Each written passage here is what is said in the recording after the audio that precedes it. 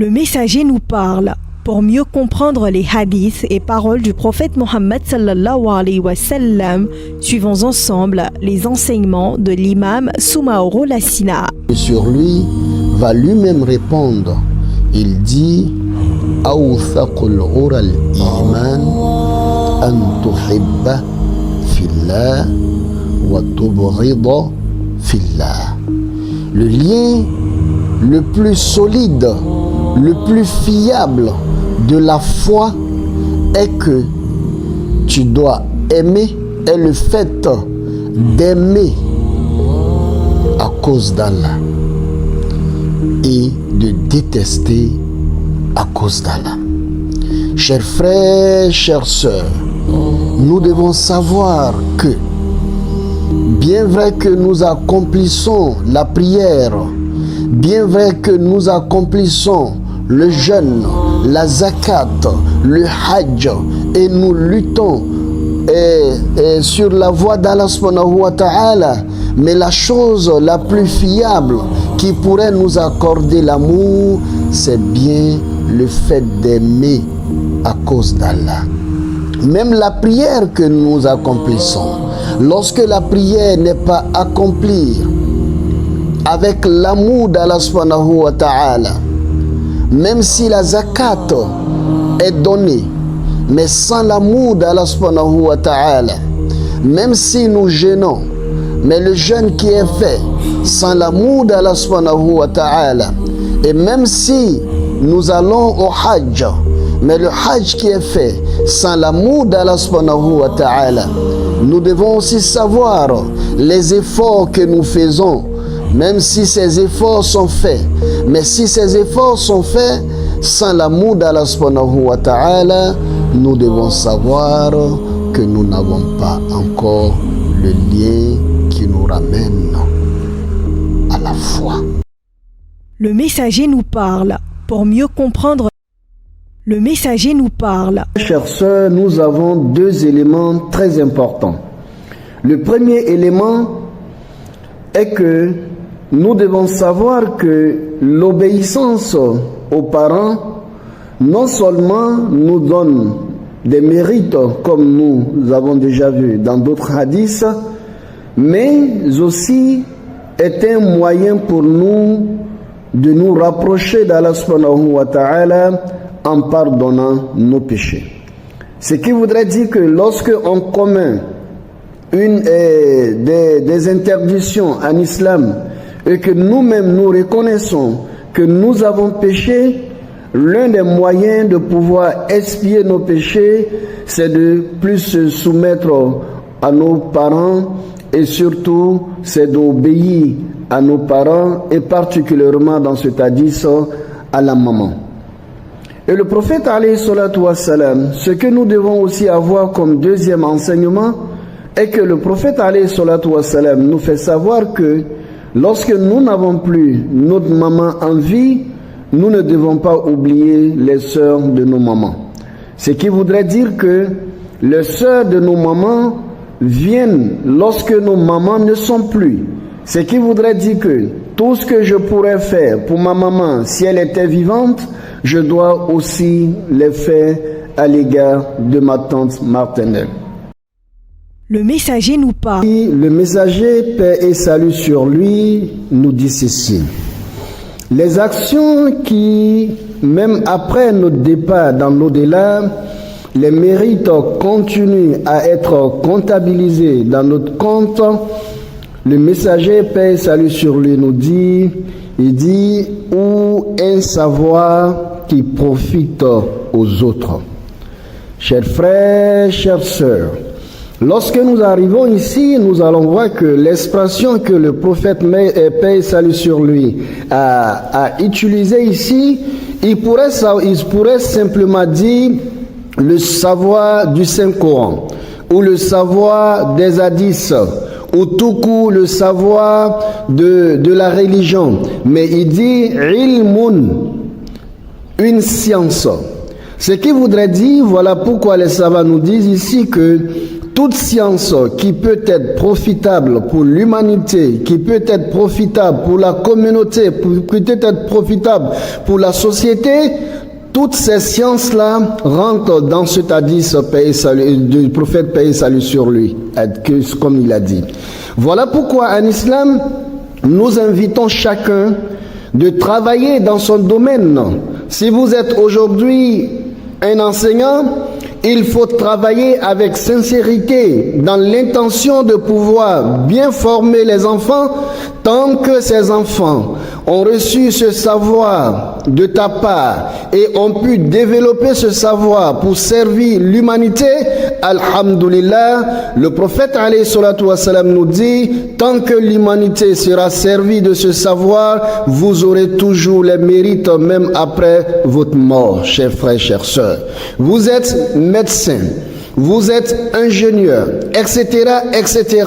Vous êtes informaticien, vous êtes technicien. Quel que soit ce que vous faites, chers frères, chères sœurs, tant que c'est une science que vous avez développée et à travers cette science, l'humanité trouve un soulagement. L'humanité trouve quelque chose de positif. Il faut savoir que le messager paix et salut sur lui nous informe ici. Il dit toutefois que cette science va demeurer utile pour l'humanité, Allah subhanahu wa ta'ala va continuer d'inscrire des mérites dans votre compteur. Qu'Allah subhanahu wa ta'ala nous donne la bonne compréhension de l'islam. Le messager nous parle. Enfant pieux, un enfant bien éduqué qui va faire des bénédictions, qui va faire des prières, qui va faire des invocations à l'endroit de ses parents défunts. Chers frères, chères sœurs, ce facteur est très important. Ce qui voudrait dire que pour que nous ayons des enfants qui vont prier pour nous après notre décès, il va falloir que ces enfants aient une éducation dans ce sens-là. Lorsque l'enfant n'a pas reçu une bonne éducation, lorsque de votre vivant, vous n'avez pas inculqué ces valeurs à l'enfant, il va falloir que vous compreniez que cela va être pour vous un regret. Le messager nous parle. Une communauté qui n'a pas de mosquée ou qui a une mosquée, mais la mosquée, ils ont des difficultés dans la mosquée parce que peut-être les toilettes ne sont pas dans les normes, ou peut-être la porte de la mosquée, etc., ou peut-être la mosquée, les nattes sont usées, etc. Je dis, moi, par la grâce d'Allah subhanahu wa ta'ala, je mets à votre disposition des nattes de prière, des tapis de prière, où je vais construire pour vous des toilettes, où je vais m'occuper de la propriété de la mosquée et des toilettes. Toutes ces actions-là sont des actions perpétuelle dont Allah subhanahu wa ta'ala, le messager nous informe que même si on décède après, tant que ces mosquées seront utilisées pour la prière, tant que ces logements seront utilisés, tant que l'eau et l'électricité et des puits seront toujours utilisés par des hommes, moi j'aurai toujours les mérites de ces actions, même si je ne suis pas en vie. Allah Ta'ala bina sanjila jigi ama wa yumdidukum bi amwalin wa banin wani aksaflaye Allah Ta'ala abe auka herjega usiniya abe herjega chama dama ate dauma denko gbele abe muna abe dendi oluguma herjega siribe muna abolu ka herjega daire afana abe denko di angoni yorona nanselay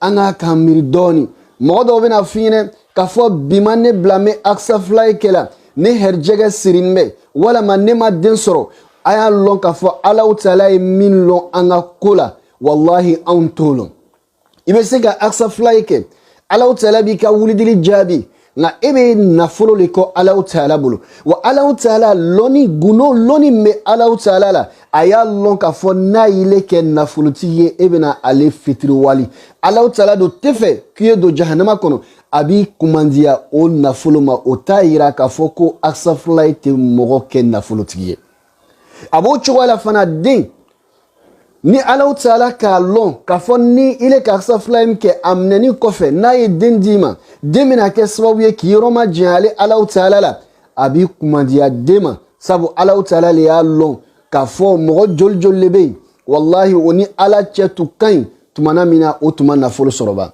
na kabino ye nafolo soro o ye sinji utige o bana ka jagaw bo o bana ka ta hijula oni Allahu Ta'ala gboyala mogo jol be kabino o ye denw soro o ka denw jogo don chuga mina o banoma wa o denw yɛrɛ kɛra sababu ye k'olu yɛrɛ bɔ o ka silamaya cogoya kan wa o nana tugu denw kɔ ka kɛ denw ka jɔn ye ka ban Allahu Ta'ala ka jɔnya ma wa olu kunna goya la figo la ka fɔ ya n ka jɔn Idris a lɔn ka fɔ ne bi ni ile kɔrɔta lahara lon Idris ko Ala o kɔrɔta i ka n kɔrɔta duniya sabu i ye n kɛ nabi ɲuman ye i ye n kɛ ciden ye o ye kɔrɔta dɔ ye nka n ye mun ko le kɛ tuguni baara ɲuman na min kosɔn i k'i bɛna n kɔrɔta lahara a ko ya Idris a ko ne y'i ka gafe lajɛ wallahi n taara sɔrɔ wulidili ka ca e ka gafe la fo ka dana tɛmɛ i bɛ subhanalahi fɔ kɛ ka caya i bɛ aksafulahi fɔ ka caya i bɛ la ilaha illallah ka caya i bɛ alhamdulilahi fɔ ka caya i b'i ka tile bɛɛ lajɛlen kɛ i bɛ ka ala le kosuma i bɛ ka zikuru kɛ ko o le kosɔn duniya kɔrɔta kɔfɛ laharalon ne bɛ nin le kɔrɔta Allahu akbar wallahi n'an bɛ kɔrɔta kɔ duniya ani lahara an ye jija wulidili man ba dɔn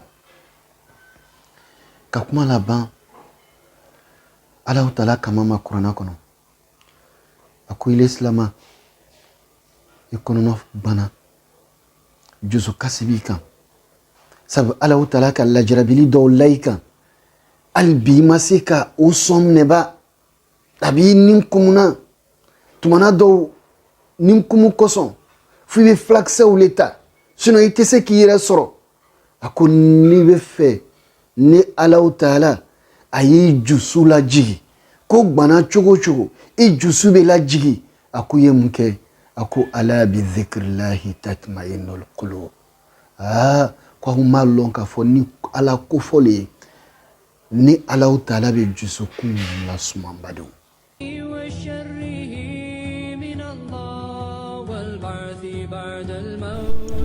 Assalamu alaikum chers ustaz, assalamu alaikum chers parents, chers frères et sœurs en islam. Notre petite causerie d'aujourd'hui va parler autour d'une maladie qui est de plus en plus fréquente, qu'on retrouve de plus en plus. Il s'agit de ce qu'on appelle le cancer du col de l'utérus. Le cancer du col de l'utérus est l'un des cancers les plus fréquents en Côte d'Ivoire. C'est le premier cancer chez la femme avec le cancer du sein. Donc on le retrouve de plus en plus chez nos mamans, de plus en plus. Mais c'est quoi le cancer du col de l'utérus? Le cancer du col de l'utérus, c'est le fait que l'organe, l'endroit dans lequel les enfants vont grandir pendant la grossesse, dans le ventre de la maman, cet endroit-là sera malade. Donc il sera malade, il va grossir en termes de volume et puis il va tellement grossir qu'il va commencer à attaquer les autres organes qui sont à côté. Donc globalement c'est ce qu'on appelle le cancer du col de l'utérus. C'est une maladie qui est grave, mais c'est une maladie qui lorsqu'elle est dépistée rapidement peut être prise en charge très très bien. Mais qu'est-ce qui provoque le cancer du col de l'utérus? Il y a un certain nombre de facteurs qui font que le cancer du col de l'utérus apparaît facilement chez une femme par rapport à une autre. Le premier des facteurs, c'est une infection à un microbe qu'on appelle Human Papillomavirus. Ce microbe-là, il infecte la plupart des femmes au cours des rapports sexuels et après sera responsable de l'apparition du cancer du col de l'utérus. Donc le premier facteur de risque, la première des choses qui favorise le cancer du col de l'utérus, c'est l'infection à Human Papillomavirus. Ce que nous devons savoir, ici c'est les consonnes, ici on va dire les principales voyelles. Les principales voyelles. Les principales voyelles. Donc en arabe, supposons que je fais un trait horizontal. Le trait horizontal, on suppose que c'est une lettre quelconque. Ça peut être Al-Hamza, ça peut être le Alif, ça peut être le B, ça peut être le T. Le plus important pour moi, quand je mets un trait en haut comme ça, le trait en haut correspond en français à la voyelle A. Voilà. Toutefois que je vois un trait en haut, le trait en haut, c'est ce qui est la voyelle A. D'où, on a dit ici c'est B, ce qui voudrait dire quoi? Si je prends la lettre B qui est ici, il ne faut pas l'oublier, et que je mets la voyelle A ici, on va lire ça bas. Vous voyez? C'est simple. Donc, il suffit de reconnaître les lettres ici et de savoir c'est quelle voyelle nous avons. Deuxième voyelle, on prend comme ça, c'est une lettre quelconque. Et ensuite, on va la faire monter un peu pour que nous ayons assez de place. On fait ça. Mais cette fois-ci, le trait, il passe en bas. Il passe en bas. Lorsque le trait passe en bas, la voyelle n'est plus A, mais au contraire, cette fois-ci, ça va être la voyelle I. Vous voyez? Donc, le trait qui est en bas, c'est la voyelle I.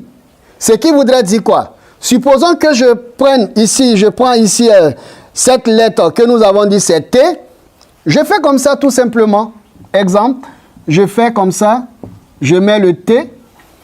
Si je viens pour mettre le trait là en bas ici, on va lire simplement, vous allez lire avec moi, vous allez dire que c'est Ti. C'est simple. Et troisième voyelle, on fait comme ça. Cette fois-ci, c'est une virgule. On met la virgule au-dessus. Et la virgule qui est dessus nous donne quelle voyelle? Cette fois-ci, ça nous donne le son OU. Ça nous donne le son OU.